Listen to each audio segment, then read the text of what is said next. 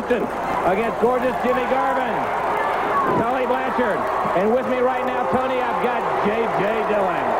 David, this has all the ingredients of a really great tag team match. On one side, the national heavyweight champion, Tully Blanchard. Gorgeous Jimmy Garvin. Both very, very quick. Both very, very experienced. Both championship caliber athletes. And, of course, on the other side, you have contrasting styles. Wahoo McDaniel, the great veteran. He's been a champion all his life from high school right through his college football career, his professional football career, and, of course, throughout the professional wrestling ranks. Sam Houston, certainly an up-and-comer. Very fast, very light on his feet, and, like I said, contrasting styles. It'll be interesting to see the flow of this match. All right, watch it now. Wahoo has him in that corner. He's got your man, Tully. We got to watch that shot. Referee's trying to pull it apart. Look at Tully. Cheap shot. Well, David, you know, Wahoo McDaniel and Tully Blanchard were no strangers. They were tag team partners on many occasions going back. Wahoo's got it going. Good hit, Tully. Gets ready for that shot. Shots him, takes him down.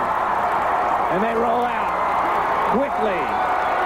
Wahoo McDaniel there definitely showed his experience there. He had the one man going, but he didn't take his eye off gorgeous Jimmy Garvin. And Garvin thought he might catch him from the blind side, but the big chief was ready for him. Gorgeous Jimmy Garvin's real brave outside the ring. He's got Precious. Wahoo wants him. Well, I'm familiar with the career of gorgeous Jimmy Garvin. I followed him since he was had the state of Florida on fire, defeating all comers, and I'm the one that actually introduced him to Precious. And she has inspired him to new heights, and he's traveled all over the country, all over the world, held major championships everywhere he's gone. I think it's just a matter of time before gorgeous Jimmy garners a prestigious title. He got it! You got talk all you want, but the Chief, you've got to watch Chief Wahoo McDaniel.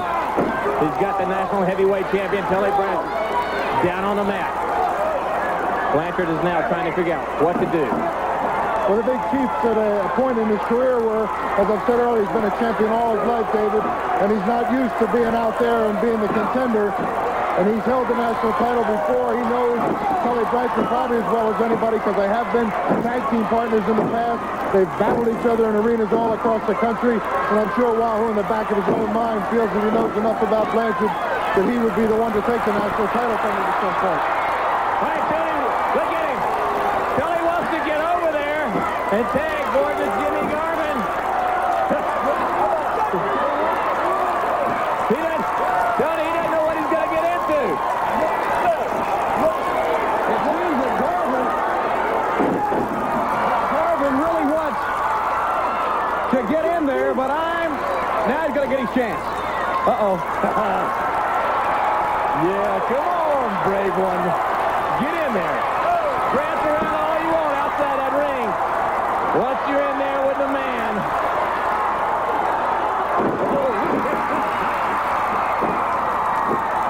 Oh, who gets ready for that chop? Wahoo's shown his experience trying to intimidate gorgeous Jimmy Garvin, but I don't think that's going to be such an easy task.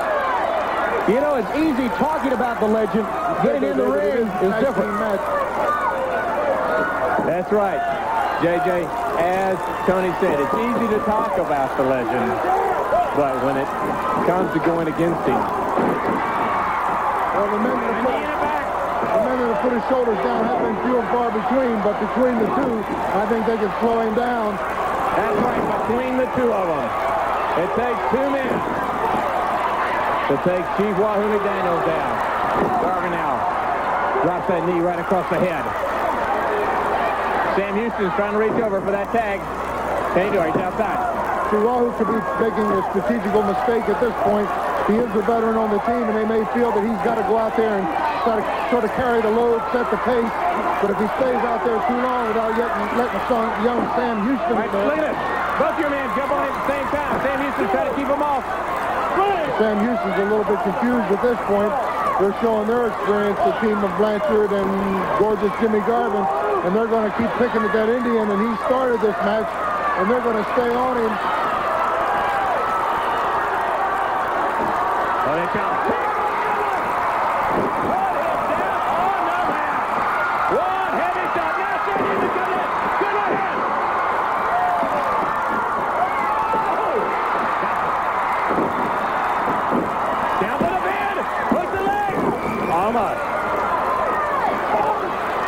shoulder. Knocks the wind out of him. Garvin goes down, though. He is dazed. He needs to make the tag to Tully Blanchard. Blanchard's waiting on that outside. Can he do it? Elbow top of the head now.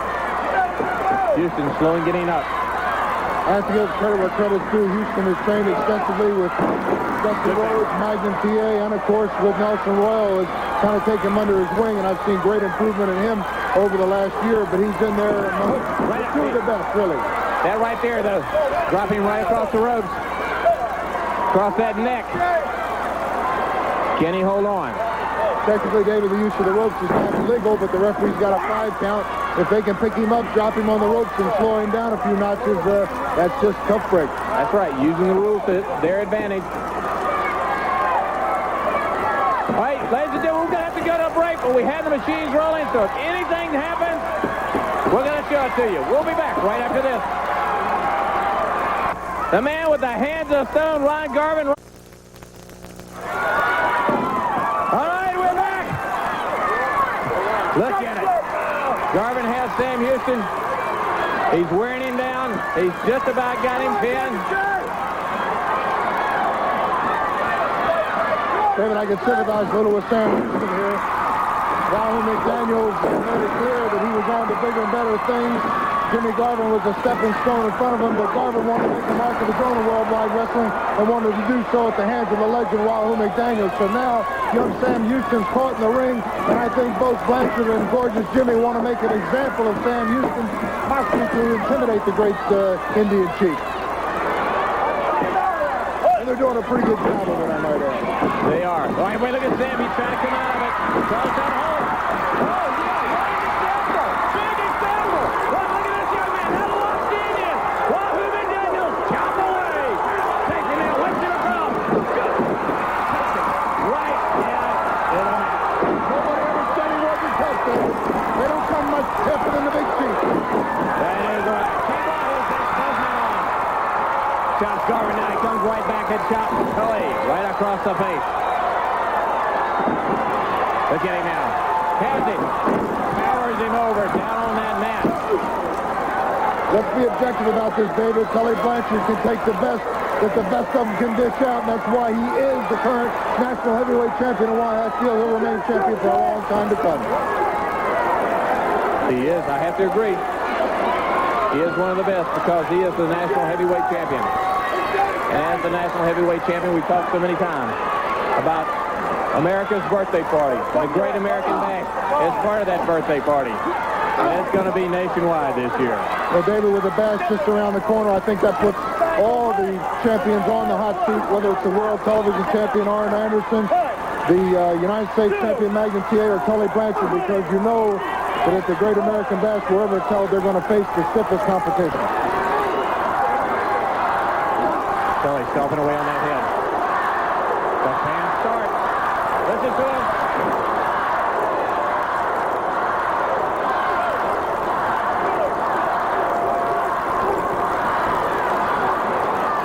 Gorgeous Jimmy Garvin. Snap there. Takes him out.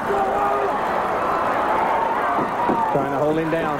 He has him down on that mat. Well, it's a smart move on Gorgeous Jimmy's part, because we've already seen once you turn the Wahoo loose and he starts dancing, that big chop can take some awful big men off their feet. But if he can get him down, get behind him, restrain him where he can't unleash that chop, you certainly cut Wahoo McDaniels down the sides, and that's where we are at this point. All right, Tony. Can the Indian take it? Can Wahoo take all the punishment that Tully Blanchard has been dishing out? Now Gorgeous Jimmy. And look at Precious out there. She's really happy about this. One of Wahoo's strong points always has been to be able to take a lot of punishment and still come back. And you can better believe that Gorgeous Jimmy and Tully really want to hurt the Chief right here. He tried to get him up for that suplex. Wahoo stopped it. Took him over. But he can't take advantage of it right now. David, putting the Chief down and keeping him down is two separate things, and they're sure working at it. Garvin's in there. He starts to pound away. Houston, he's rested. He's ready. He's trying to make that tag. You can hear him. He wants him. He wants him to make that tag.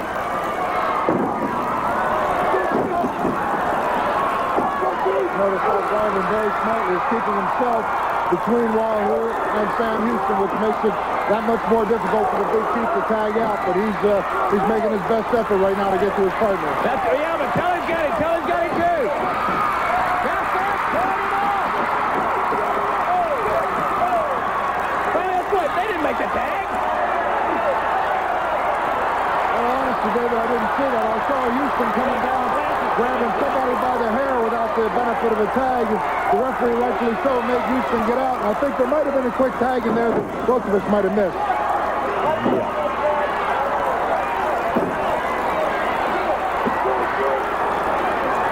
Right now. Fist to the head. Good. Make that tag to Houston now. Here comes Houston. Can he carry? Can he carry the load now? He has to give time. He has to give Wahoo time to recoup. Can he do it? Pounds away. Takes Tully. Whips him across into the rope. He caught him. Tully caught him right in the chest. That's what you call the old equalizer, David, the equalizer. Old foot in the mouth.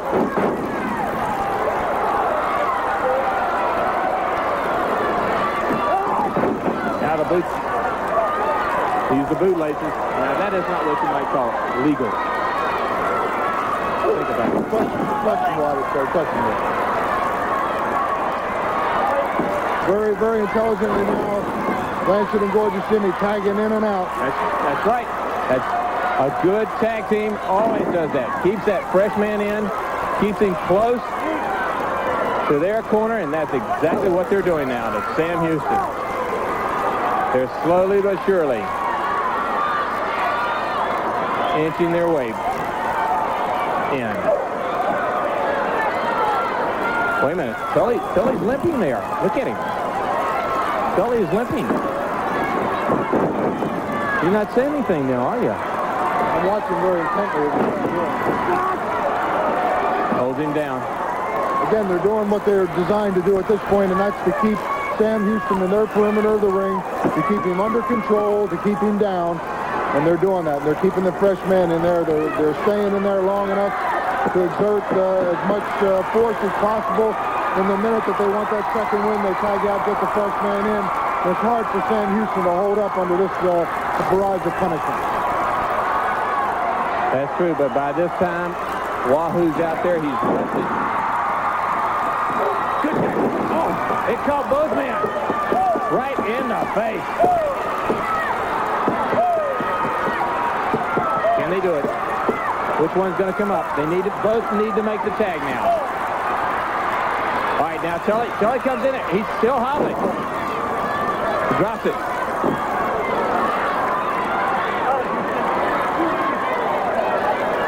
Pulls him back. Again, stretching that neck. They're maintaining control. That's the important thing. And this is a very painful maneuver. It doesn't look like too much, but if you've ever had a 230-pound man sit in the small of your back and then bend your spinal column in the direction it is not meant to go, it's very painful. Well, this is a very good move too on his part, because his knee is hurt somehow, and he's holding this young man down so he doesn't have to move around. Sam Houston, can he get up? Here he comes. He's on all fours. Watch him now. Can he make that tag? He spins around. Hard right hand. Backs him in. Here he goes. The cross split down. Back. He's got it. No. Got it too. Sam comes up. Drops him. Tully, the champion that he is, quick thinking, dropped Sam Houston right across the ropes. Has him up, suplex, no, slingshot suplex, yes, rolls him over. Down for the pin. That is it. Now they stop. Look at him. Wahoo now has Gorgeous Jimmy. Cuts away. Cuts him again. Puts him down on that mat. Tully Flynn, Houston, Gorgeous Jimmy. Wahoo goes right at him. Wait a minute. Tully caught him from behind. Jimmy Garvin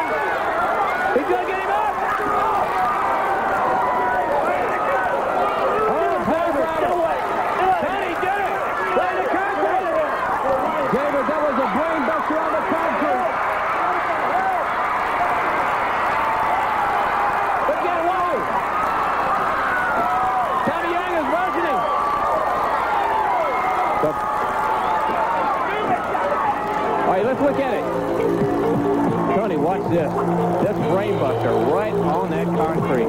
David, you're right.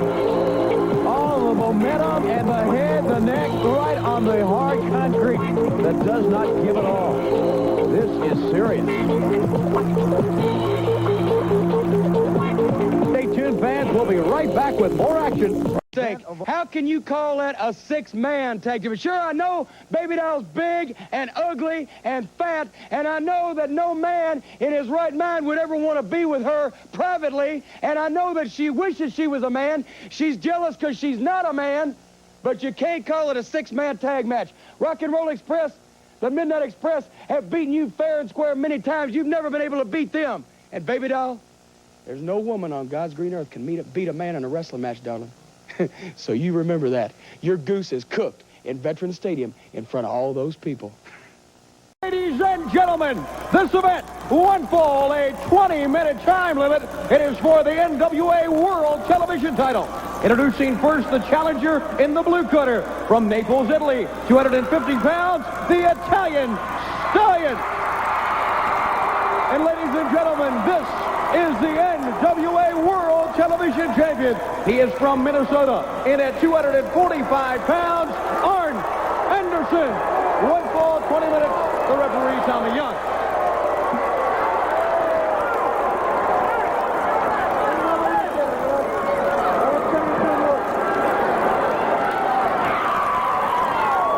All right, ladies and gentlemen, remember, this is for the World Television title. The champion, Arn Anderson. The challenger, the Italian Stallion. This young man, he has nothing to lose. He's going to go all out.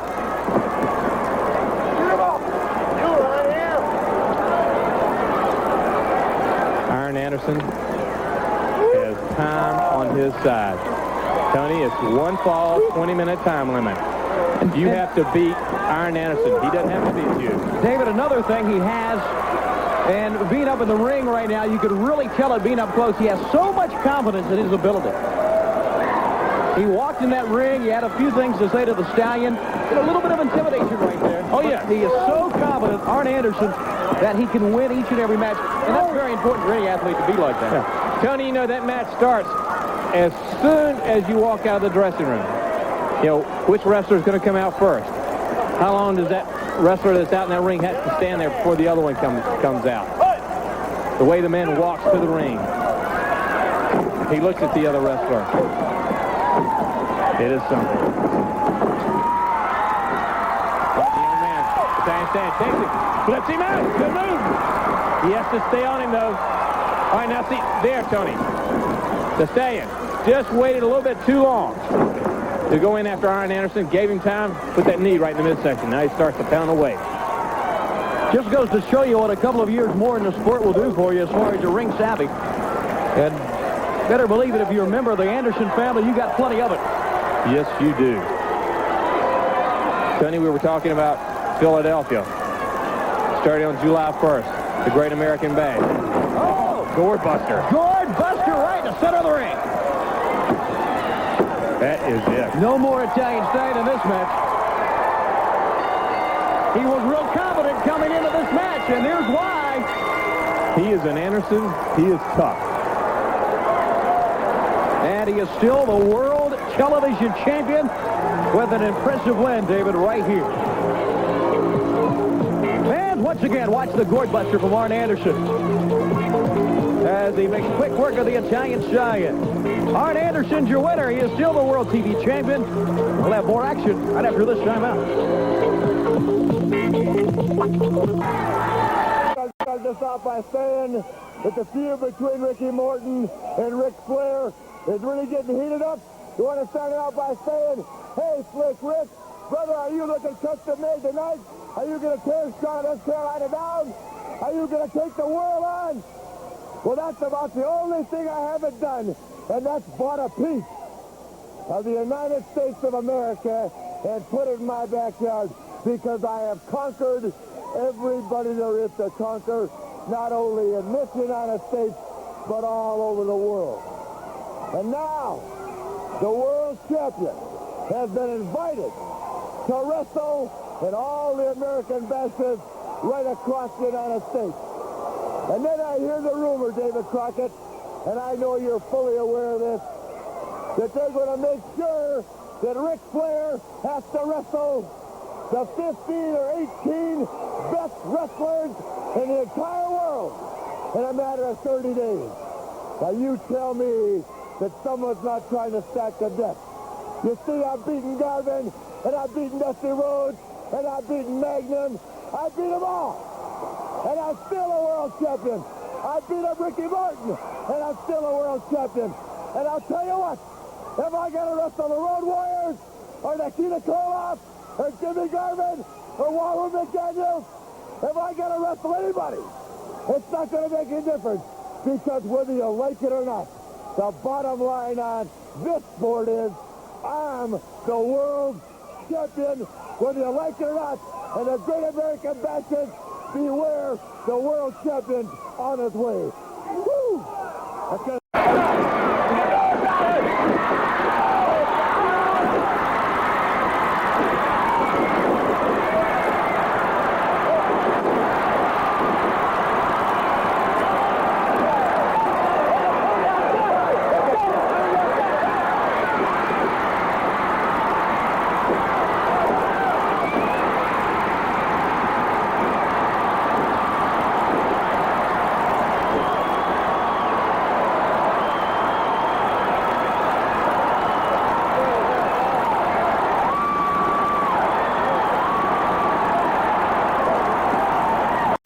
Gentlemen, my mother's favorite tag team, Loverboy Dennis and Beautiful Bobby, the Midnight Express.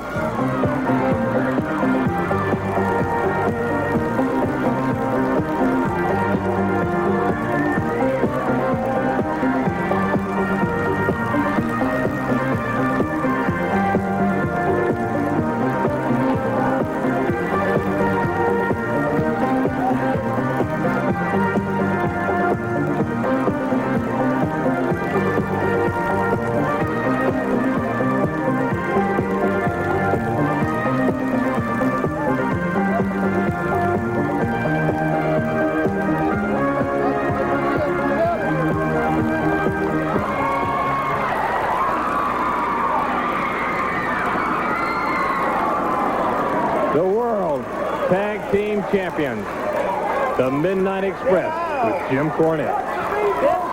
David, there's a look at Loverboy Dennis on the right, Beautiful Bobby on the left.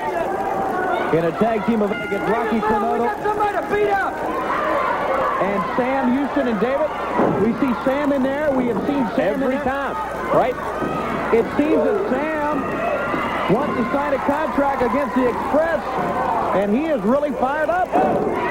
You think about it, fans. Just about every time you've seen the Midnight Express on television, Sam Houston's been on the other side. Maybe not with the same partner, but he's been wrestling against that Midnight Express. It's obviously he wants it. It's obviously there's something motivating him. He really wants to get his hands on Cornette's Midnight Express.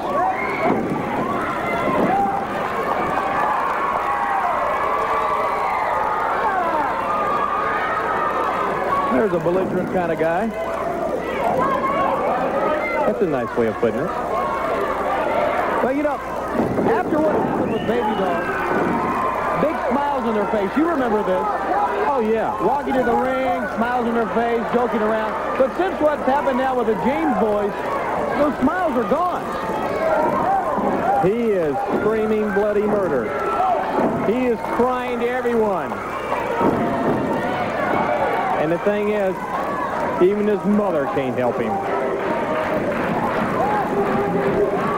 One guy said he's got to unmask the James boys.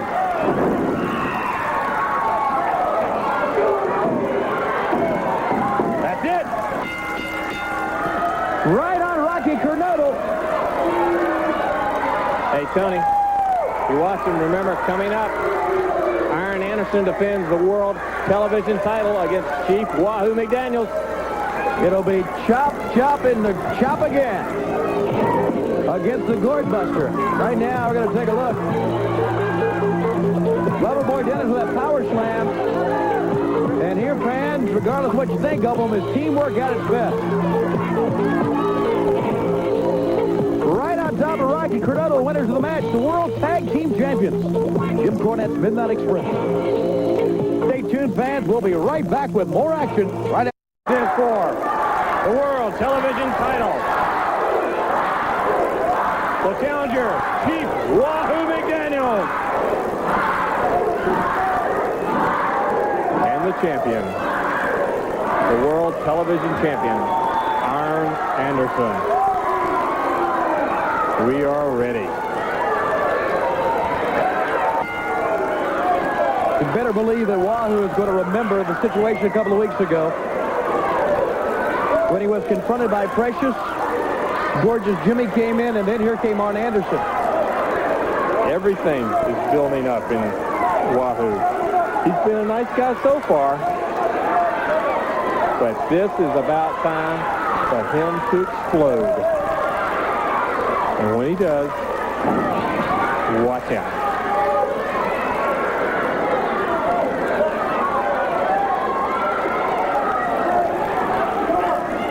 Got a break. If I was on Anderson, I'd be thankful for that while I got it. Scared to death.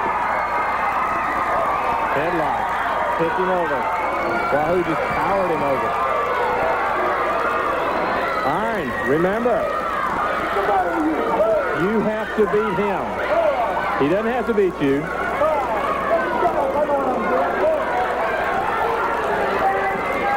He's got that World Television title.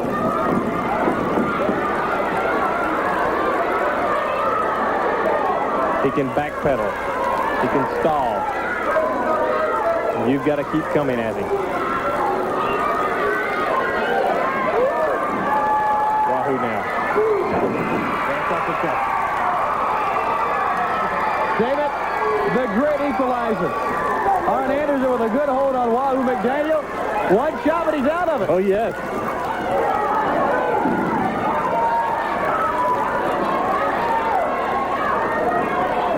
Tony, I meant to say earlier, got so excited about the Great American Bash.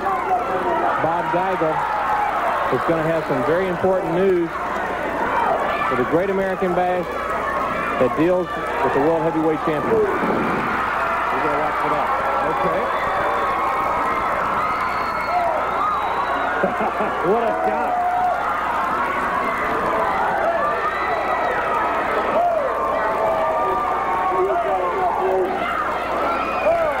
Wahoo keeps going. Arn Anderson might not be able to use that arm. Wahoo just takes his time. Stalks him. Headlock now by Arn Anderson.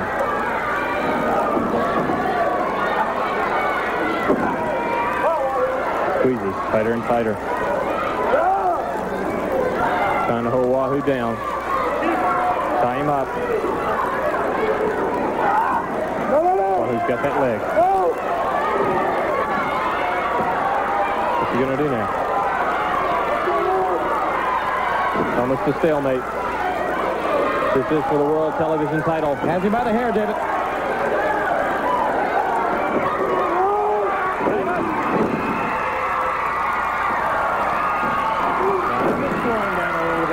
David, he got the knee and he kept coming after him. Kicked the leg and now grabs it. All right, Wahoo has to keep going. He's got to try for those pins.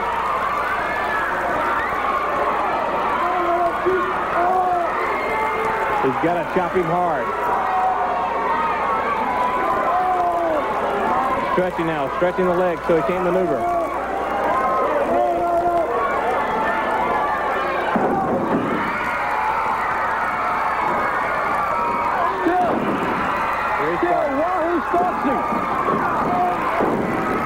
Arn Anderson trying to get out. Wahoo takes that leg again.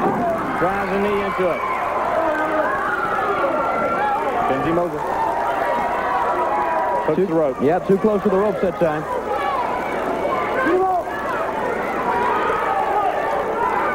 One time for good measure right there.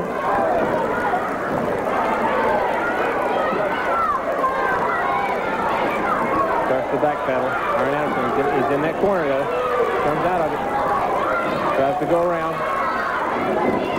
Oh.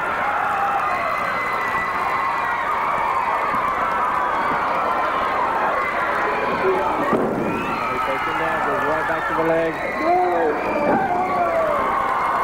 Drives the knee into both of them this time.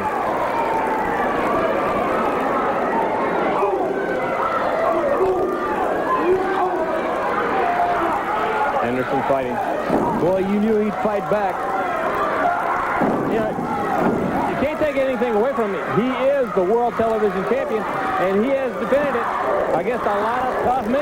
And one of them's in the ring right now. Wahoo! That's right. He won that tournament to become the champion. And the man he defeated in the finals, some of the men he defeated were some of the top wrestlers all over the world to win that tournament, David, back in Greensboro. Welcome.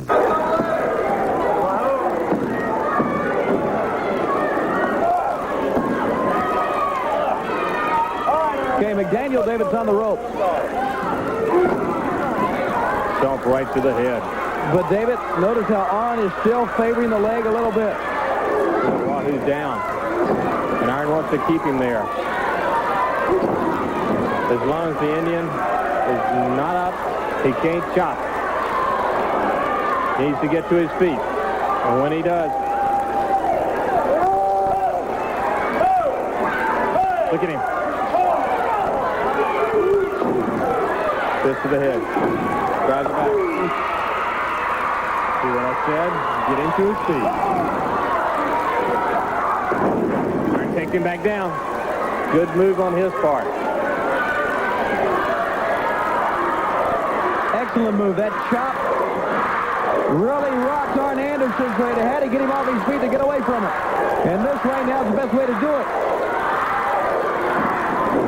Nice move by Wahoo. Can he come up in time? Drives the shoulder. Wahoo can find a way to set up that chop every time.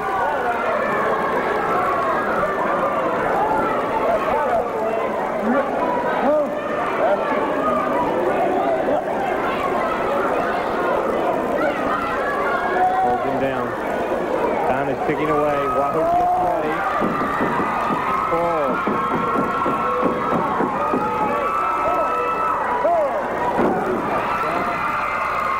First base.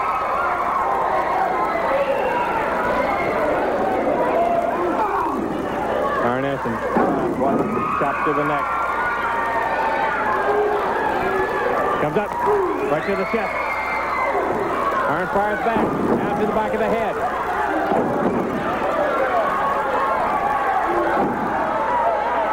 Nice start.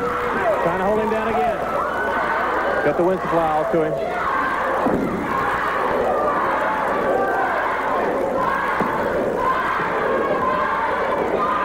Fans here trying to rally behind Wahoo. And you got to give it to Arn Anderson. Not only is he dished out some punishment, he's taken a lot of punishment in this match. Trying to get him up. Well, he tries.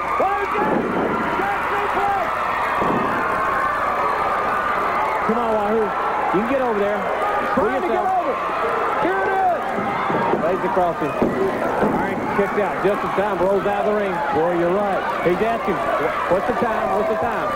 See, he's stalling. He's stalling. That's right. Time runs out, he'll still be the champion. You've got to beat him. He doesn't have to beat you. Staying outside as long as you can. Comes in. Wahoo is right there. Snaps him up. All right, Wahoo needs to pull him in. Goes into the center of the ring. Picks him up. Backbreaker. Takes him away. Just back. Rolls out of the ring again. Once again, Wahoo needs to go after him. Looking around. He wants another time.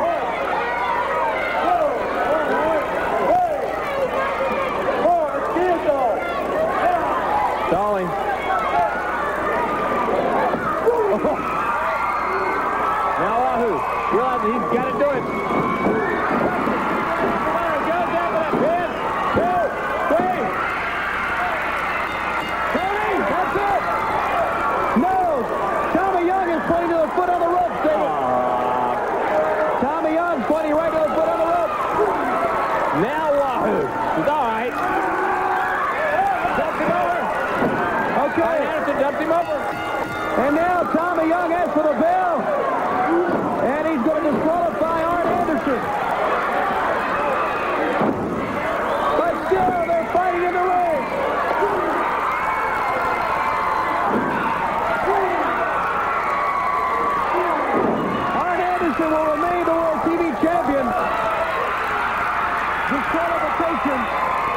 and Wahoo wins.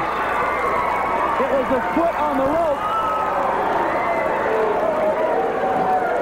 that saved Arn Anderson from losing that World TV title, David. Well, David, we saw he had him pinned right there. We're going to take a look once again at the Big Chief. So close here. Here is the pin, but watch to the right of your screen the foot. There's a 2 count, and there, right before the 3 count, the foot goes on. Later, Arn Anderson will be disqualified. Wahoo McDaniel wins, but Arn's still the champion. Back at ringside, Baby Doll, Magnum TA, the U.S. Heavyweight Champion, and congratulations, Dusty Rhodes, now part of the world, 6-man tag team champion, 2 others are World Championship wrestling. You know, it seems Jim Cornette has already talked himself into a battle that he can't win. So he's got this bounty out on the James boys. He can't even figure out what to do with them, much less thinking about any amount of money being able to buy some men that can take the mask off them. It can't be done. So you got to worry about the James boys trying to take off the rest of your neck. And then you got to worry about America's team, American team, Dusty Rhodes, and Magnum TA. They want to get hold of those World Tag Team titles. We got a lady here that's a whole lot of inspiration, and we got a whole lot of surprises in store for you. Yeah. Dusty's over here kissing all the girls. Yeah, you know what? 37 million homes this television goes into. There's 3 people in each home. That comes to 2,800 million people throughout this country. Everybody should be excited about this thing. You know what I mean? People come out here talking on television. They come out here half-cocked. Some of them ain't dressed right. They come out and they hem-haw around about what's going on. Well, I don't hem-haw around about what's going on, J.J. Dillon. I don't hem-haw around trying to budget about what's going on.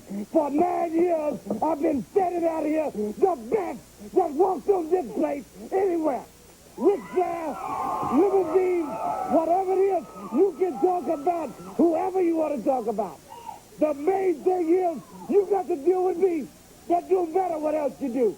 When it all falls down, you got to deal with me, Jack.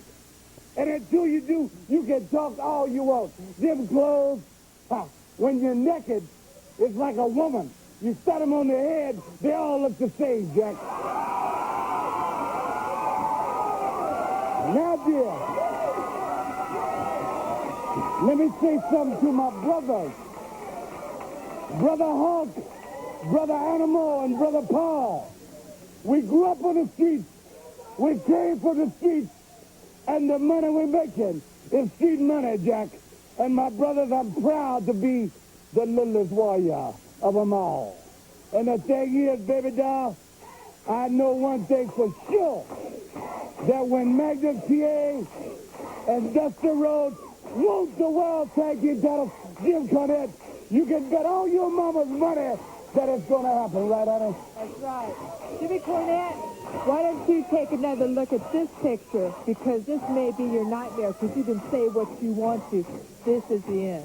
Hey, and for one thing for Ric Flair, who is so bad, you know,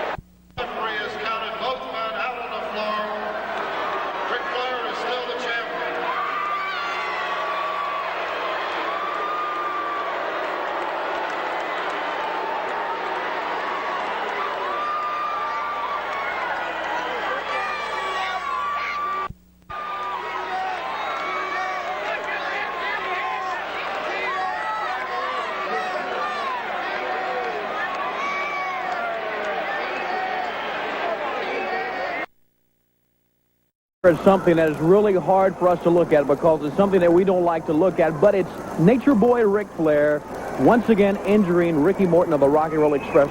Let the fans take a look at it and see exactly what we're talking about, David. All right, there you see right there. Ricky Morton goes off, catches Ric Flair.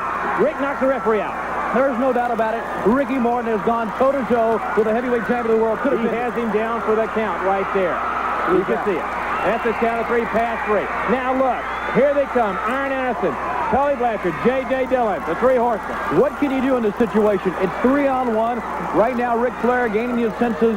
We're going to see James J. Dillon coming in just a second, but then we're going to see a part which I'm sure wrestling fans all over the world will moan at seeing. And David, take a look at this. All right, he gets up there. Look at knee right across the head, rams his face right down the mat. Right down to the mat. And the news is that at this time, Ricky Morton, a very severely broken nose, shattered his nose with all the weight of Nature Boy Ric Flair with a knee on the back of the head. Now, Tony, the thing is, Ric Flair and his guys, they went after Dusty Rhodes. They broke his leg, and they continued to do it. They went Ricky Morton. They rubbed his face in that concrete. And that's not all. That's not all that they did to Ricky Morton right there. We're going to take a look in just a few minutes at some more punishment dished out by the World Heavyweight Champion along with the Horsemen. David, we're going to take a look at that in just a few minutes. All right, let's go to the ring.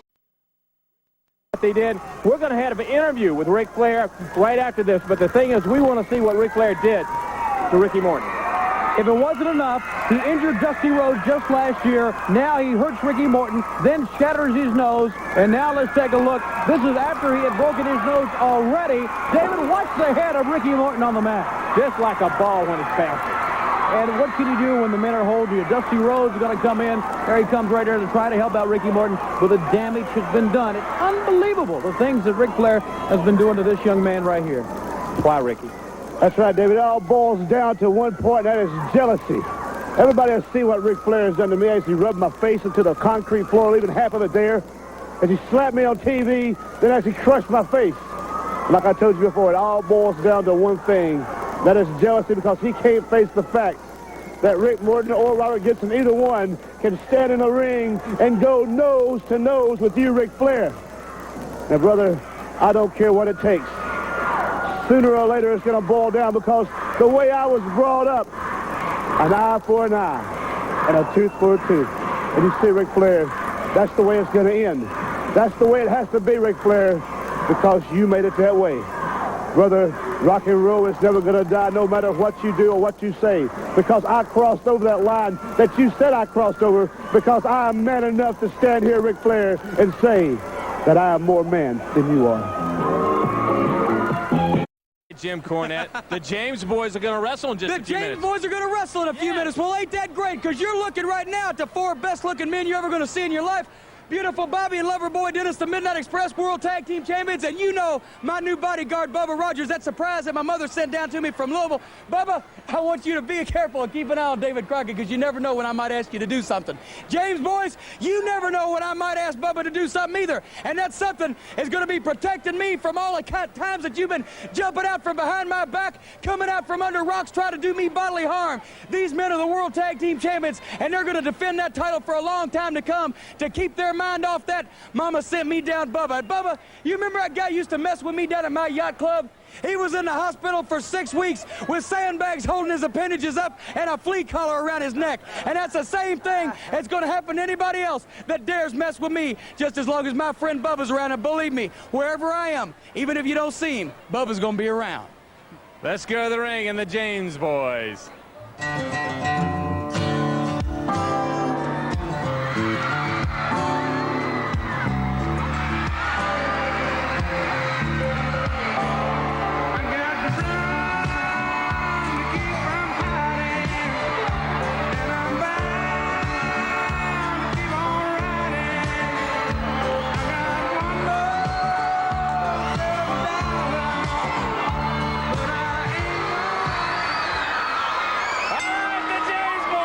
Mr. Cornette? Yeah, well, I'm glad you said Mr., because that's one thing you can't call either one of the James boys is Mr. They don't have the guts to be dignified by being called Mr. Look at that black mask on their face, trying to hide their identity when everybody knows who they are. Dusty Rhodes and Magnum TA is just that they're such cowards. They got to put masks on and jump people from behind to get the job done. When the Midnight up in the broad light of day and they do whatever that needs to be done. Well, let me tell you something else, David Crockett. Those masks are not going to last long because each one of those masks is worth $25,000. There's a $50,000 bounty on the James boys that my mother sent down. As a matter of fact, Big Bubba Rogers brought the check down to Bobby and Dennis, and all they got to do to get that check and cash it is take those masks off, prove that that's Dusty Rhodes and Magnum TA, then they'll be suspended. They'll be out of our way once and for all, and Mama will be a very happy woman. You know, you keep on talking. They're right over there. Not that far away. Yeah, they're right there. They're not too far away, are they, huh? They're not too far away. They're about, what, about 50 feet away. Well, that's real interesting. Look at them prancing around like they're somebody. They're a couple of clowns.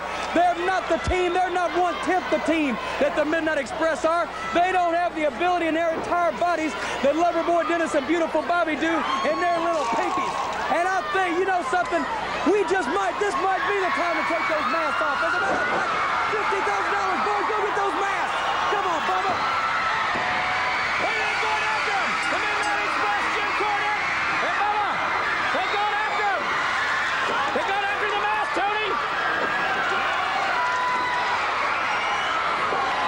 Here they go. They're pulling the mask off, Tony. They're pulling the mask on one of the James boys. They got it. Tony. Oh, I wish you looked who's coming now. Oh, I wish you looked who's coming. Oh, look at that. Well.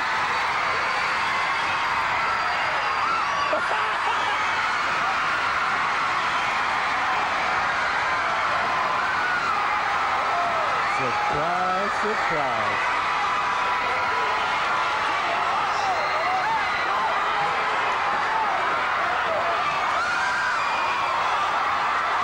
What kind of swindle is this? What, Bubba? Stay with me. What kind of swindle is this?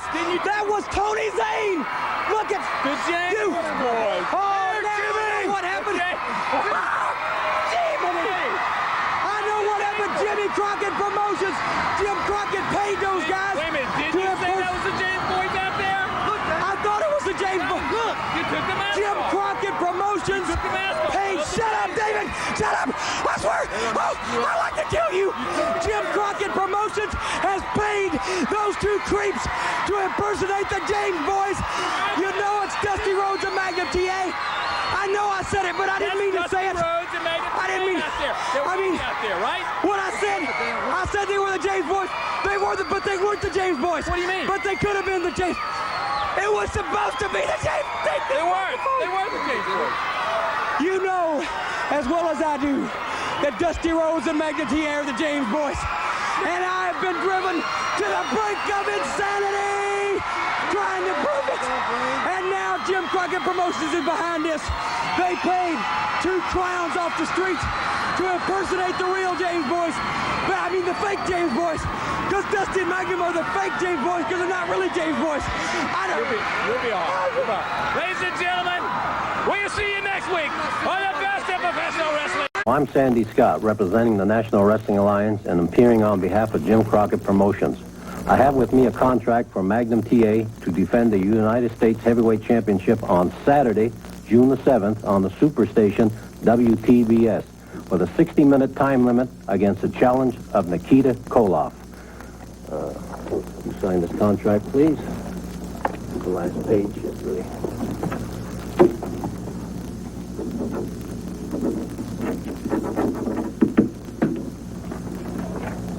Thank you very much, Magnum. Koloff, last page, please. June 7th. Yes, 60 minutes, yes.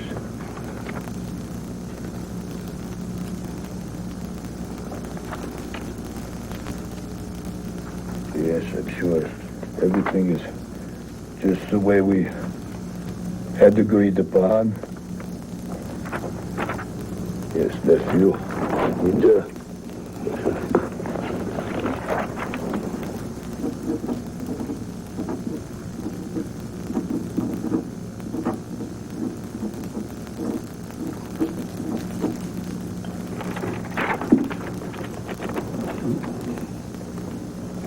Thank you very much, gentlemen.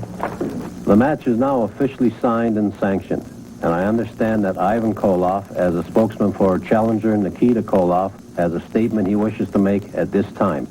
Ivan? I'm glad we are having this press conference. Because of all the controversy in signing the contract, coming to terms, it is important now to let the whole world know that everything is agreed upon, and Magnum TA on June the 7th. As much as the American people admire you, look up to you as United States heavyweight champion, on June the 7th, the Superstation, you are going to meet my nephew Nikita, the superior athlete. And on this date, he is going to defeat you for the United States heavyweight title. How come all the time now you bring your mother around? You like, how you say in this country, India, you like, maybe these, mama boy, maybe got these, April's ring to you. Maybe she's a contract for you. You know, in the Soviet Union, woman, she know her place. And it's no in front of camera. No, Magatie, you bring her today, and now you prove to Nikita that the Russian woman got a much more class than stinky American. Gentlemen.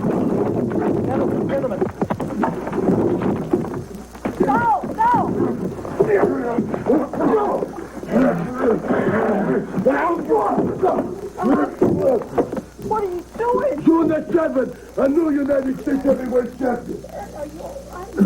Not pretty. What happened to Ricky Morton in the hands of Nature Boy Ric Flair? But here he is, the heavyweight. Before we get fired up on Ricky Morton, once again, let's show the entire sporting world that the world champion indeed is a fashion plate beyond compare. Once again, huh?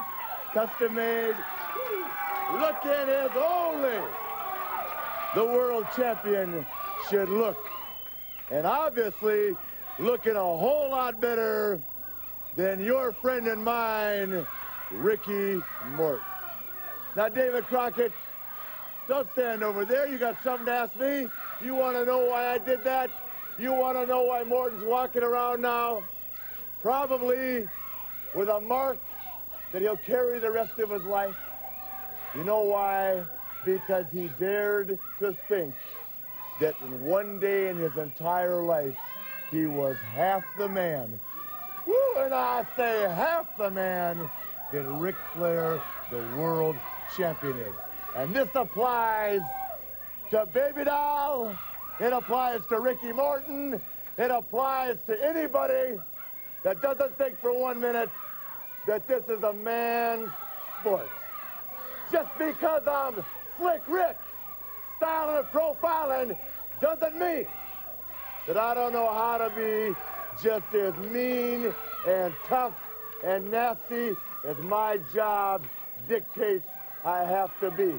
You see, to be number one, you can't always be the most popular kid on the block. So, Morton, learn to live with it, punk. You dared to cross the line into no man's land, and that made you fair game for the Four Horsemen. Okay? I'm talking about the world television champion. I'm talking about the national champion. I'm talking about the world heavyweight champion.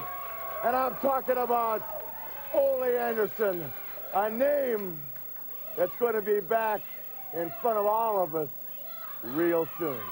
Now, David, come on, baby, fire something at me. What do you want to know? Why did it take four of you? Why did it take four of us? Did it look like I was in trouble when they came in the ring? I'll tell you how it was. Arn and Tully came down to the ring to congratulate me on another tremendous victory. Morton attacked them, and consequently, rock and roll. Let me show you about rock and roll, okay? We all know that Ricky Morton is a connoisseur of beautiful women. So you see, what I've done here is I've gone out and I've bought a bathing suit that Ricky Morton can put on one of his girlfriends. Now see, this is probably a little big for most of the girls that follow Morton around, but I'm sure that if they gain a little weight, they'll be able to wear this. Ricky Morton, rock and roll. Woo! The Nature Boy is here to stay forever and ever. We're coming right back. そうか、そうした花のプロテクターなのか。もちろんお前ほどの男に傷を負ったやつは NWA 広しといえど、このチャンピオンリック・フレアを置いて他にはいまい。緩やかで華麗な登場曲、派手なダウン。NWA の頂点に立つ男として、その巧みな試合の駆け引きでチャンピオンであり続ける男、リック・フレア。ある者は駆け引きだけのチャンピオン、ダーティーチャンピオンとリック・フレアを呼ぶ。しかし年間200試合以上のタイトルマッチをこれほど劇的に見せ続けてくれるチャンピオンも他にはいない。ある意味ではこのフレアこそチャンピオンの中のチャンピオンなのかもしれないのだ。そのフレアの前に今果敢に立ちふさがる若いユージャン・モートン。ノースカロライナは今燃えに燃えている。2人のリック、果たして勝者はフレアかモートンか。金網デスマッチのゴングをなれ。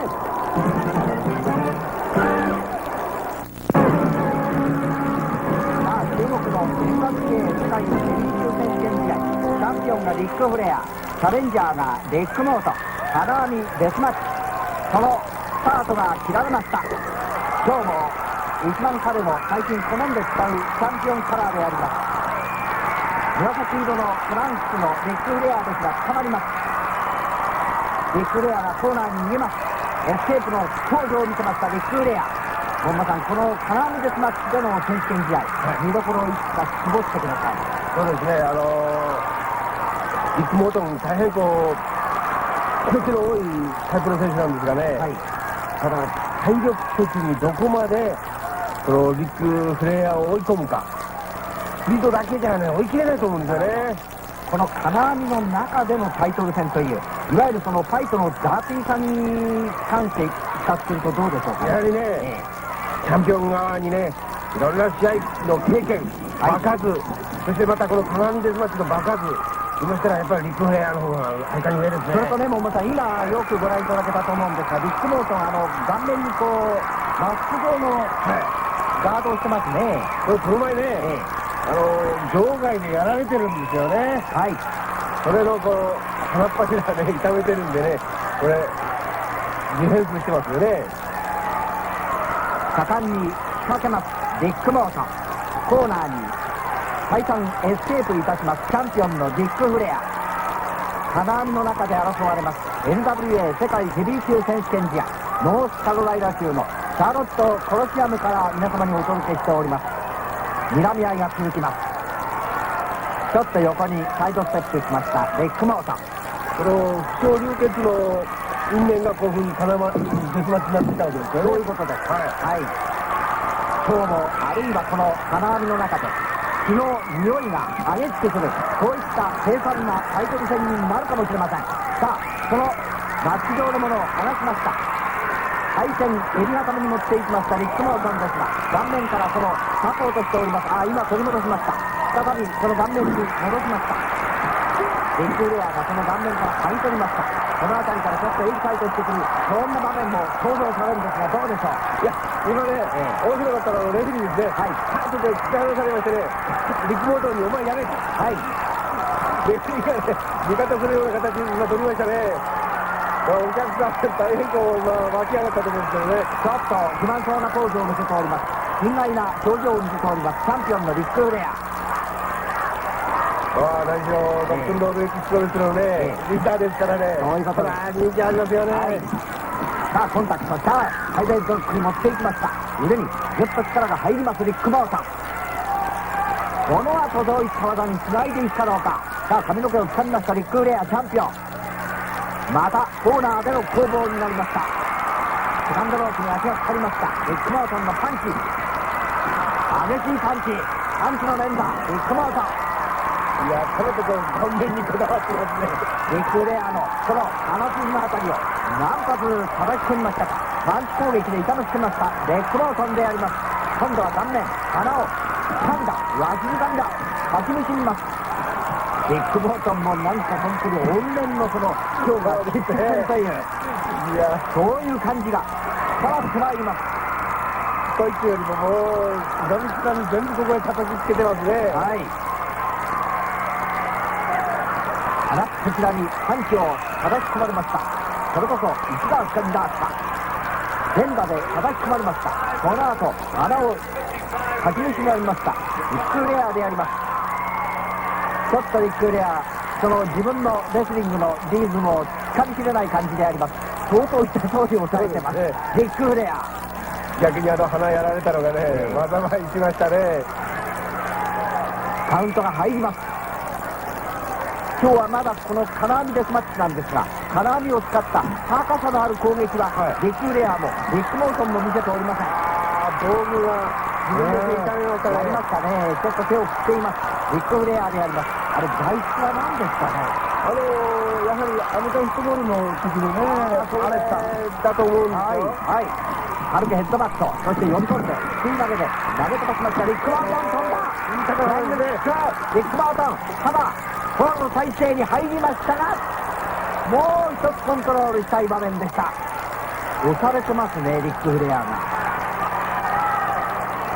なんて言いますかね、この一つその顔面に集中する攻撃、やはりどんな男でも嫌ですよね。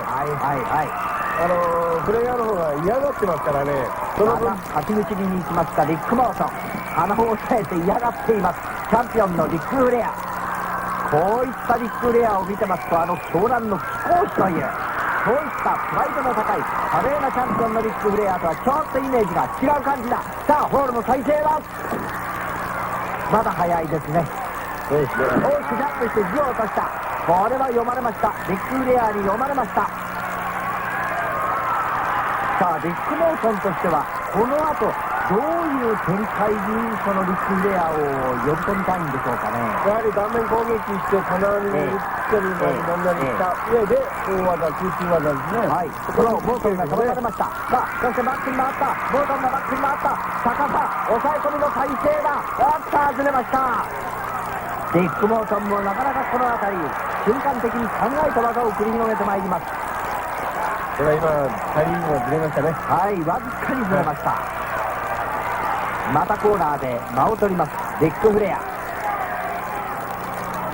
最近そのチャンピオンのリック・フレアの評価が下がっているというか、防衛戦の内容がね非常にタイトロープ綱渡りの連続でありますリック・フレア。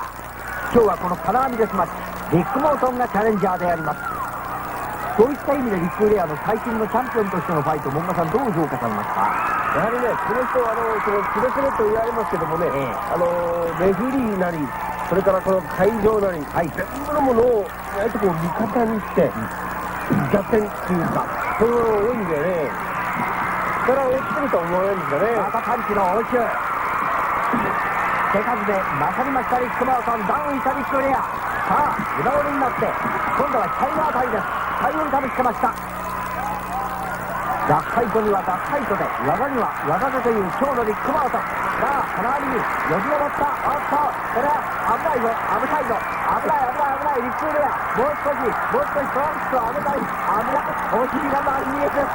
お尻が丸見えなチャンピオン。ようやくマッチに足を戻しました。女性客が多いアメリカの会場ですからね。ちょっとハッといたしました。帯を切りますリック・モートン。これでリック・フレア怒らなかったら男じゃないですね。怒りますよこれ。まだ呼吸は荒れておりますリック・フレアであります。どうも今日は今一つリック・フレアのリズムがつかめません。バックハンドのチョップ、下から引き上げましたがちょっと足の運びが乱れていますリック・フレアです。さあ距離を取った、ジャンプした。膝を落としましたが外されました。逆にさあ足を取りました。芯をかけた。4の字固め決めましたリック・モートン。さあこれはどうか。これね、自分がかけるものを先にやられたでしょ。これはもう内心しまったっていうか、ものすごい慌ててくると思いますよリック・モートン。のれんぶっちぎりリック・フレアの得意技、足4の字固めを仕掛けました。決まっています。完全に決まっています。これでリック・フレアギブアップの声を出そうもんならこんな大恥聞かれることはありませんからね。相変わらず完全にそのジュニアホールレッグロックが決まっている両肩がつくリック・フレア苦しい展開です。はい、リング中央ですもんね、はい、これちょっと逃げにくいですね。ロープをつかむには距離がありそうですがね、頭を抱えます。足同じ固め、得意技を逆に決められております。リック・フレアようやくロープを使いました。危なかったですね。今日のリック・フレア、これまでのところちょっといいところありませんね。そうですね。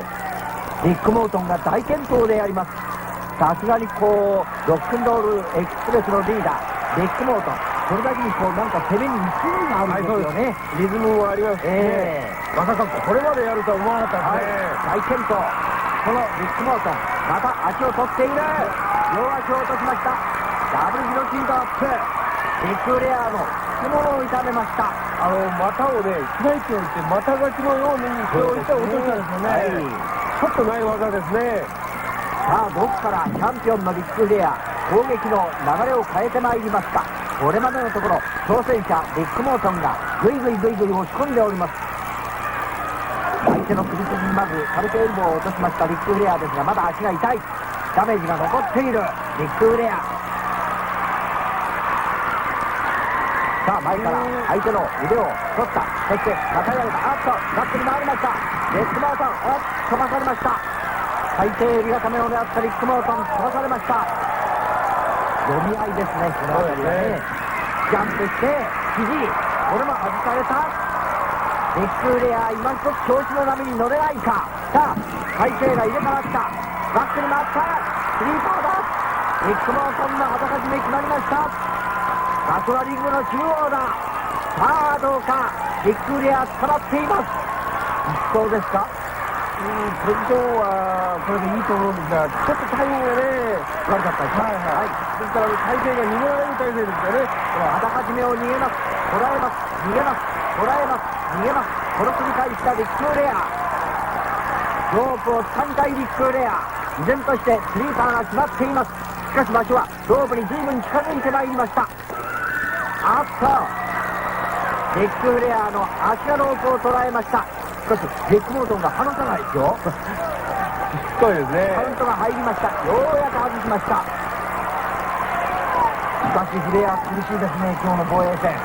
自分もリズム取れないと同時に、攻めが違うんですね。はい、さあどうだ。一歩入った。プレイストダウンだ。リック・フレアダウン。カバーだ。ホールの最低だ。カウント2つ。これまたピンチが続きますリック・フレア。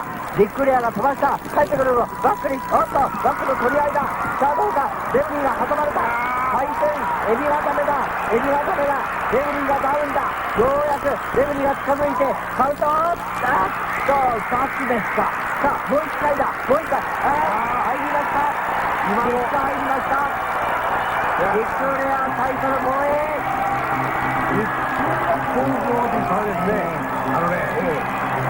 ビッグフレイヤーのね、今のこう決めていく形、体重を乗せてクリッとこう丸め込みましたね。がやっぱりねうまいですね。なるほど。ここがやったらひっくり返したああいう風な技と違って、これもう一回返しますね。その返しのうまいと言いますか、抑えちゃうんですね。リック・フレア、リック・モートンを一瞬の返し技で捉えました。タイトル防衛。しかしリック・フレアチャンピオンとして挑戦者との距離がじわじわ実力的に狭まる。 1, 2, 3, I thought I was a world champion. The referee came and told me there was some kind of discrepancy. It seems that Nature Boy Ric Flair's foot was about 6 inches underneath the rope. Well, I wasn't going to take no chances. I pulled him to the middle of the ring, hooked that figure 4 scissors on him, and he ain't going nowhere. He's in the middle of the ring. He's fighting. He's reaching for ropes. He's doing everything he can do, but he ain't going nowhere, as you can see on this film. Finally, he just lays back and lays his shoulders down. Almost got a 3 count on him. Now, you know this figure 4 hold. A man can't stand that over 30 seconds to a minute. He's going to have to give up. I've had it put on me. I know about the figure 4. Believe me, the bullet knows what pain you have to go through. And no living man, world champion or not, can stand this for long. Now you see he's reaching for the rope. I had to get a little leverage. He's right in the middle of the ring, and when you hook a man in the middle of the ring, he ain't going nowhere. And you can see he's laying flat there just hollering Uncle Calf Rope. He wants to give up so bad, but he sees that 22 pounds of gold in his eyes. But the bullet had him. I had him locked in, and in just a minute, you're going to see the reason that I didn't become world champion right here on Continental Championship Wrestling. See, Flair's he just leaned back now trying to relieve the pressure, can't get the rope. He's got about two inches, I guess, to hit the rope. Here comes El Fuego. This time I was waiting on him, brother, and I'm going to try to pull that mask off right here. I'm jerking on the mask, and here comes Nature Boy, the good backstabber that he is, and cross my running lights right there. Now, they're going to try to put a stop to the bullet right here, but I ducked, and I hooked the sleeper that my good friend Bob Armstrong taught me. I had a sleeper on him. Here comes El Fuego. All heck broke loose at this proper time you're looking at right here. And thank goodness I had some friends also that were watching the action, and there you can go. Ric Flair takes a powder. That's good enough for them. I just want to thank everybody for following the bullet, being behind me, and I'm going to tell you this, brother, when we get Ric Flair back this time, he is ours. Hector Guerrero, the champion. Arn Anderson, and there he is. He's ready.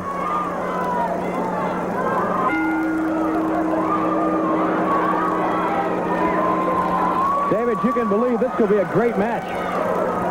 That it is. Two fine athletes. You have to beat Arn Anderson, though. He doesn't have to beat you.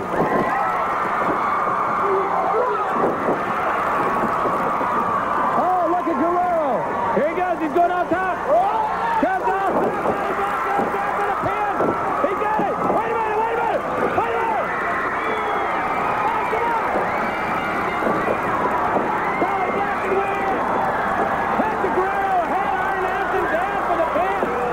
When they take him, they stretch him out. Tolly Black is going up on top. That's what they did to Ricky Morton. Here goes Ricky.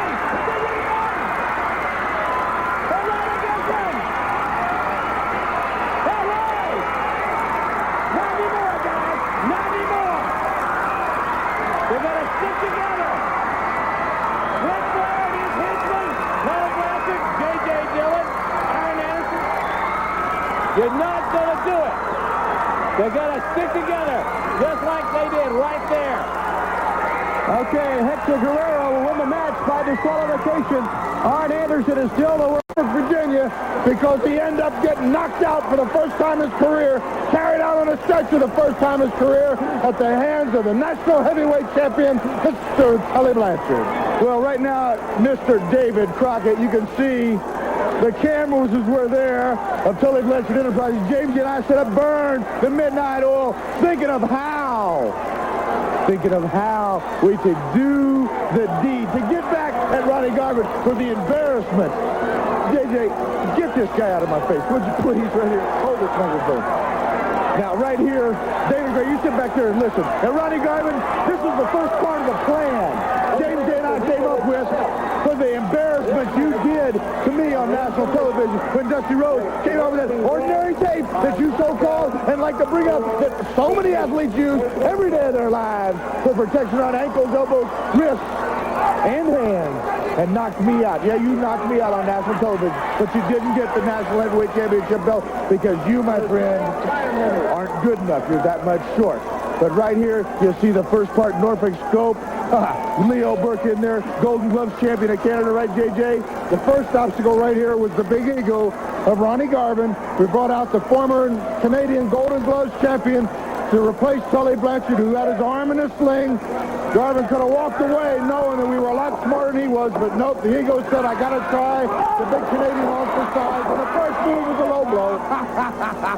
The biggest thing was, I'm sitting out there with my arm in a sling. It's called a backup plan, and we had a backup plan to the backup plan. My arm taped like the hands of stone has done to me so many times. I had my arm taped up to my elbow, and I was just waiting and waiting for the proper time to come in. Here's where it really starts to get interesting. Wouldn't you say, Champ? Oh, yeah. You know, right here, Ronnie Garvin is just so... I mean, it's like taking dog biscuits and leading a starving dog to the guy's darn food factory or something, the glue factory, whatever you want to say. But Ronnie Garvin, you're so easy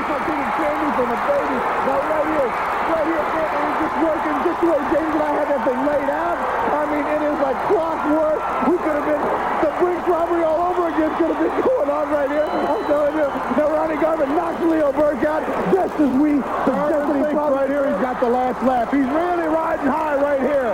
But boy, the Alger trap door is about to open. This is like a steel trap, and there it goes. The great white shark just hit the ring. And there you see, with ordinary tape all over my arm and my hand, Ronnie Garvin, the hands of stone, the toughest man since Roberto the Man, who has a same nickname, Hands of Stone, going down, being knocked out, being beaten, and beaten like the dog that he is. And there's the audacity, get in, put his hands on the National Heavyweight Champion, hold him, so we give him a little bit of his medicine right there. He wants to be in a ring with me in a tape fist match. Ronnie Garvin, you think about this. Trying to run right here. You think about this. Now right here, the coup de grace, the finishing thing, so Ronnie Garvin can be carried out on that stretcher.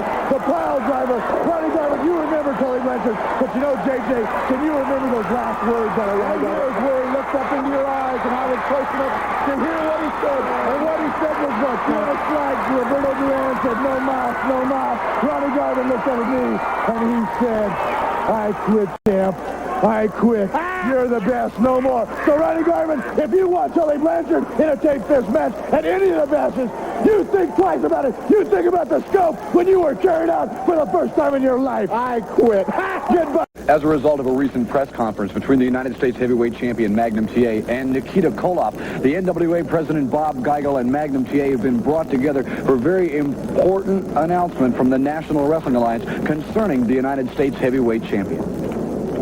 The board of directors of the National Wrestling Alliance has reviewed an incident that took place at a press conference for contract signing between United States heavyweight champion Magnum TA and challenger Nikita Koloff. It is a majority opinion of the board of directors that the conduct of Magnum TA, the United States title holder, was not in accordance with the standard of conduct that the National Wrestling Alliance would expect from a champion. Although it has been noted that there was some strong language in the part of Nikita Koloff, the challenger. There will be no fine. There will be no suspension. But for the record, let it be noted that this is an official reprimand for the United States champion Magnum TA for conduct unbecoming a champion. Well, just wait a minute now. You forget about the U.S. Heavyweight Championship. Forget about the whole NWA. This is my mom here. This is family. That's different. That's got to deserve some kind of other consideration. What would you have done if it had been your mom out there? Tell me that. The United States champion is expected to keep himself in good conduct at all times. Let that be noted. Well, reprimand this. All right, Tony, there you saw Magnum TA. You know, he's not going to stand for anybody to say anything about his mother. No, not at all. And you don't blame him, David. I mean, the man has been pushed to the limit by the Russians. And, of course, what he did to Bob Geigel, we've never seen that done before. But you can understand, you know, what he was feeling at that time. And you wonder, is it a plan of the Russians? But we have something from Bob Geigel that happened right after that. As president of the National Wrestling Alliance, it is my duty to make the following announcement. Magnum TA received an official reprimand from the National Wrestling Alliance for his conduct at a press conference. At the time of his notification of that decision, his actions taken against an official representative of the National Wrestling Alliance leave the board of directors no other option but to strip Magnum TA of the United States Heavyweight Championship title for conduct unbecoming a champion, effective immediately. All right, ladies and gentlemen, with me now, the president of the Jim Crockett Promotions, Jim Crockett Jr. Jimmy, what does that do to the championship? Since the United States title is so much a part of the bag. As Bob Geigel said, the board of directors voted, it was a split vote, to strip Magnum TA of the title.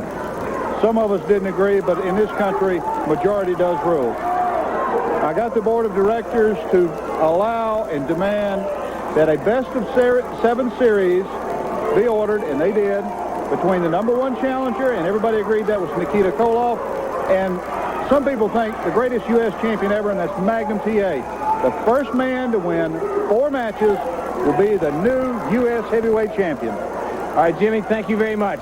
And that's part of the Great American Bash on tape. Let's go to the ring. TA. You know, it's a sad day in this country when a man, any man, can look up and say, it doesn't matter what happens to your mother. You have responsibilities. You're a champion. You're in the NWA. You can't have feelings like a normal man. Well, I do have normal feelings, and I got a mother I'm real proud of.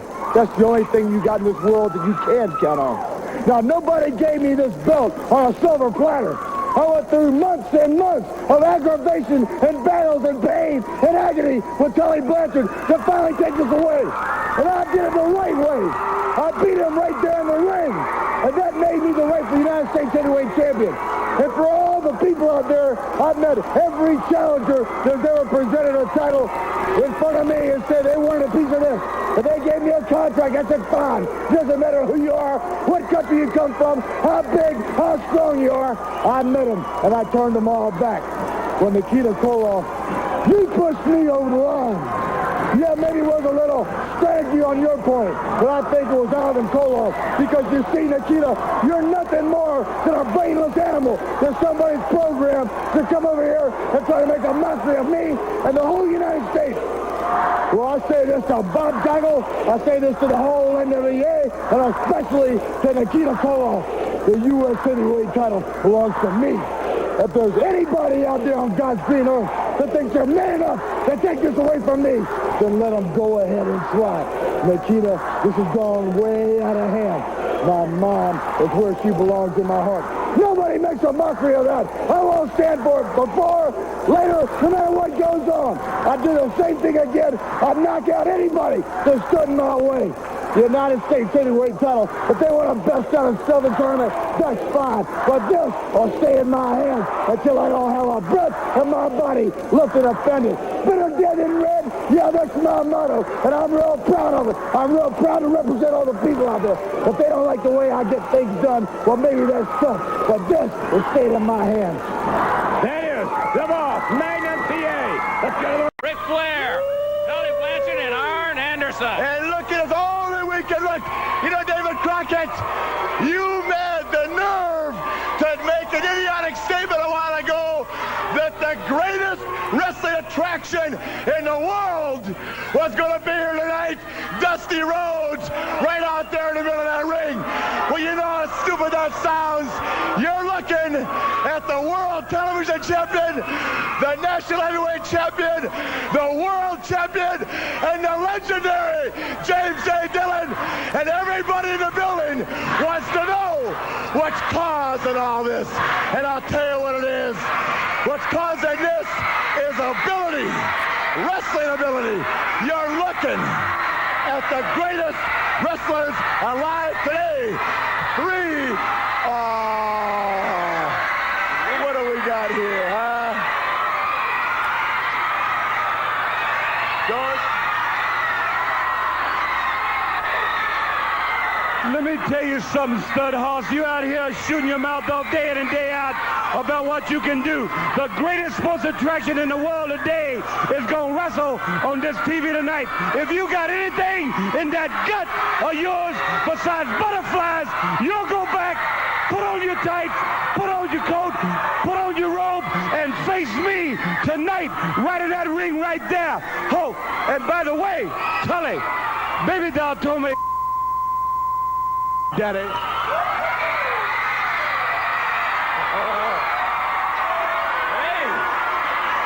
You know, David Crockett, it costs a lot of money to put one of us on television. So, Dusty Rhodes, you just keep on dreaming. Woo!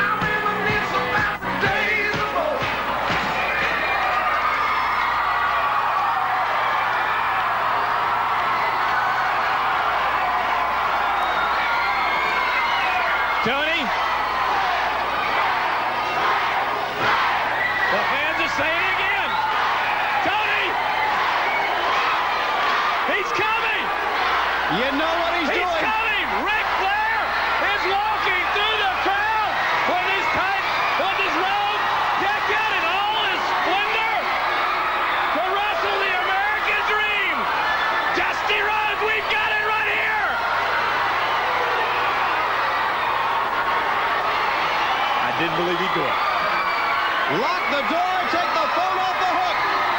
Ooh. Hang on. Mellow yourself down.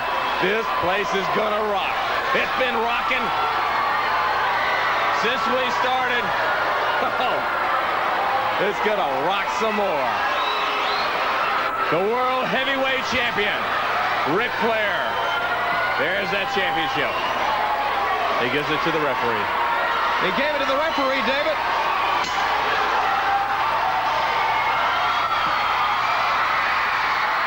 Oh, the back of the walk.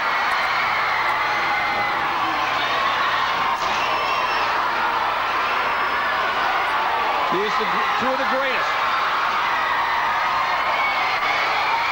The greatest wrestlers in the world.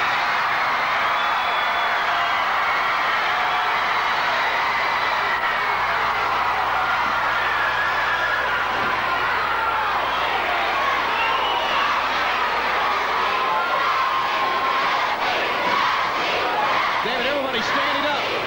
Every person in this arena on their feet.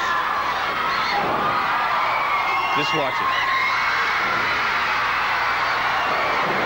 Oh! Tony, the crowd out there is doing our talking for us. Just watch these two men. All right.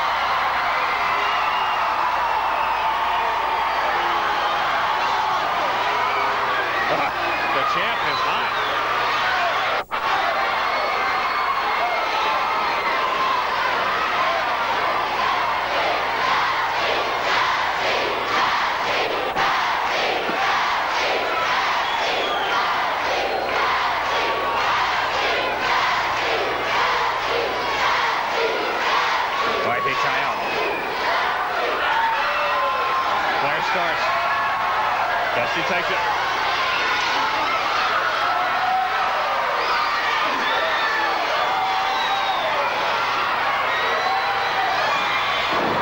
Zimmer puts him over. Flair backs up. He gets in the rope. Comes up, goes up, puts the knee right into his hand. Rolls him over. And count two. Dusty just kicks out. Tony, watch him.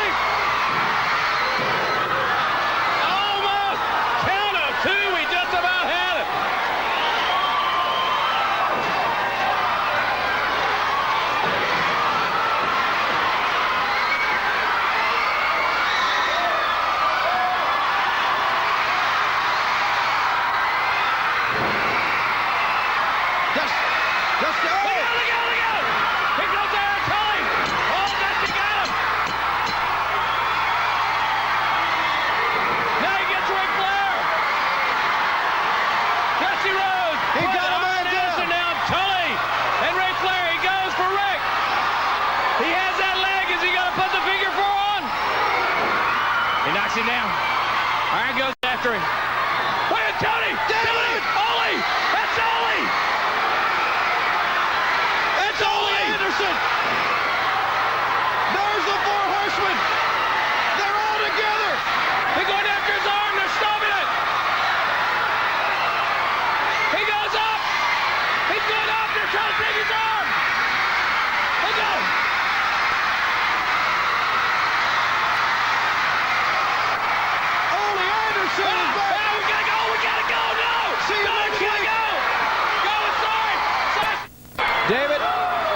about it is obvious. They're all back together, the four horsemen, and they spell trouble. I thought I was next. I heard somebody that just said, maybe our eyes deceive us. Maybe it's somebody that just looks like Anderson. Maybe our TV is messed up. Maybe a pig can fly. Maybe. There ain't no maybes about it, David Crockett. You're looking at the four horsemen. We're back together. Rhodes, you make the biggest mistake of your life by even staying in wrestling. You should have got out. You got two chances now. One is to stay out. The other is to get yourself crippled so bad that even your papa the plumber ain't going to know you when we get done rearranging your pipes. You take a look at all the people that have tried to help Dusty Rhodes. What's the name? The Rock and Roll Express. Well, here, we got a nose on the other end of this one. We take care of you, Ricky. We go to Robert, and we go to the most important man, the American dream, the one that everybody believes the sun rises and sets on. Did you really think that you were going to get rid of the Horsemen? Did you really think that Ole Anderson was going to go off to the sawmill and sit for the rest of his life? I tell you this, Rhodes, there's no way that it's going to be over. I know it now. No way it's going to be over until one of us. And right now, you're looking at the burial team. You're looking at the team that's got the shovels. We got the plot of ground out there, and you might as well realize it, and everybody in the world better realize it. This ain't no joke. This ain't no funnin'. This ain't no April Fools. I'm as serious as I can be. We're going to get rid of Dusty Rhodes. You bank on it. You go down. You can bet on it. I don't care who helps him. I don't care where. I don't know when. All I know is going to be done. And right now, we're going to do a little celebrating because the four horsemen are back in business. The four horsemen! I thought I was next. Last few months is you're next. You're next. Dusty's going to break your leg next. He's going to break your jaw, this and that, the other. Well, David Crockett, one other thing they always asked was, where's Ole? In a very sarcastic tone of voice. Well, you ask Dusty Rhodes where Ole Anderson is. What he is all over the top of you. It's not three horsemen. All along we've been telling you it's four horsemen. You want to look at our resume? I'm going to start in chronological order. You have Sam Houston, broke arm. You, Magnum TA, face scrubbed in the mat. You, Dusty Rhodes, broke leg. Robert Gibson, Ricky Morton. Dusty Rhodes, you're a two-time winner. We got to you again. So all I can tell you, you want to get in bed with the big dogs? You want to play with the four horsemen? That's all well and good. You're going to get hurt in a warlord. Get you some World Book encyclopedias, because you're going to want to learn how to spell horseman. We're going to put it on your epitaph. All right, let's hit.